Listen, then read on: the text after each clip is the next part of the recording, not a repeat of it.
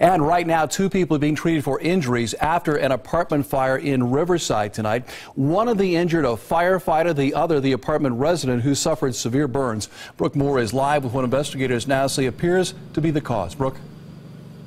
Mark, I talked to the Riverside fire chief, and we're here outside Miami Valley Hospital now, where one person is being treated for severe burns after the fire chief says that person was cooking with grease, left the stove unattended, and that's when somehow that grease caught fire in that apartment complex. You'll see when we first arrived here on the scene, that fire broke out around 7:45 tonight on Janira Lane.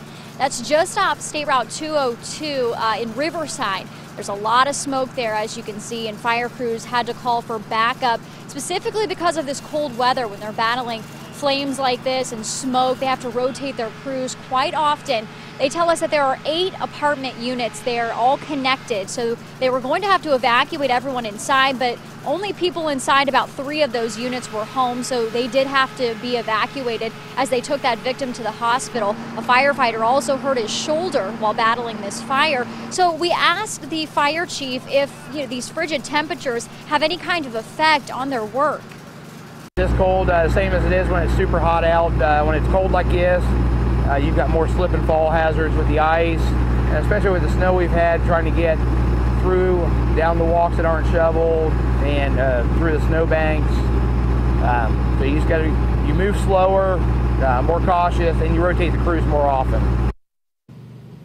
The fire chief says they were able to contain most of that damage to that one unit where the fire broke out, but they had shut off power to those other 8 units, so they were still deciding a little bit earlier whether those people would be allowed to go back home tonight. We're told the firefighters' injuries were minor. As for that man or woman who is 70 to 75 years old inside the hospital now, we'll be monitoring that victim's condition. We'll pass along any updates. Reporting live, I'm Brooke Moore, 2 News, working for you.